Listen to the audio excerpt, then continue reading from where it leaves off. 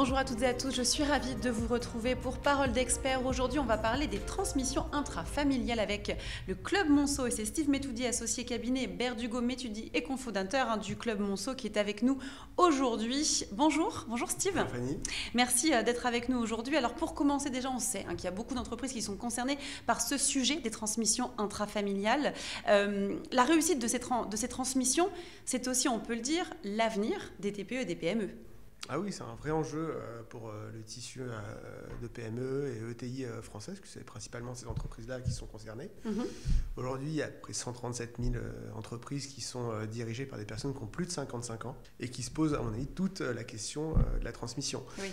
Et qui sont aussi face à une incertitude, puisque tous les ans, lorsqu'on parle de la loi de finances, il y a une petite musique qui revient sur la remise en cause des dispositifs qui facilitent ces transmissions, le pacte Dutreil, tout ce qui est fiscalité sur le capital ou la fiscalité sur les donations succession.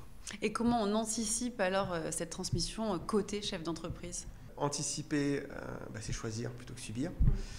Et anticiper, c'est se dire qu'on va se lancer dans un process qui est d'une durée à peu près entre 3 et 5 ans. Entre le moment où on prend la prise de décision, de se dire voilà, il faut que je transmette, jusqu'à la réalisation de l'opération. Et c'est d'abord choisir la bonne stratégie, à qui je vais transmettre, mes enfants, mes salariés, ou optimiser ma sortie via le rapprochement avec un gros groupe ou un de mes concurrents. De travailler sur le financement de l'opération, l'optimisation de sa fiscalité et la sécurisation du cadre juridique. Ok. Alors on sait que les dirigeants n'ont pas beaucoup de temps, ils ont vraiment, comme on dit, la tête dans le guidon dans leur activité. Comment ils doivent procéder ? À quoi doivent-ils réfléchir très précisément pour justement pouvoir faire une bonne anticipation ? Alors c'est d'abord bien s'entourer. Et je dirais que la première étape, c'est de réaliser un audit. Avoir une vision objective de la situation de sa société. On a souvent tendance à dire c'est mon bébé, je la connais par cœur et je sais ce qu'elle vaut. Je suis le plus à même à définir la valeur de ma société puisque c'est moi qui l'ai créée. En réalité, ce n'est pas tout à fait le cas. Il va falloir positionner sa société sur son marché, les défis, les investissements à venir et trouver une approche de la capacité bénéficiaire un peu normative de cette société, ce qui va conditionner la valeur future. Donc les convaincre que l'audit est nécessaire. Tout à fait. On a parlé un petit peu des solutions, des dispositifs qui existent pour faciliter cette transmission, le pacte Dutreil, les avantages fiscaux, l'accompagnement des banques aussi. Est-ce que vous pouvez nous en parler un peu plus en détail ? On a la chance quand même d'avoir en France un certain nombre de dispositifs qui permettent de faciliter la transmission d'entreprise, et notamment dans le cadre intrafamilial.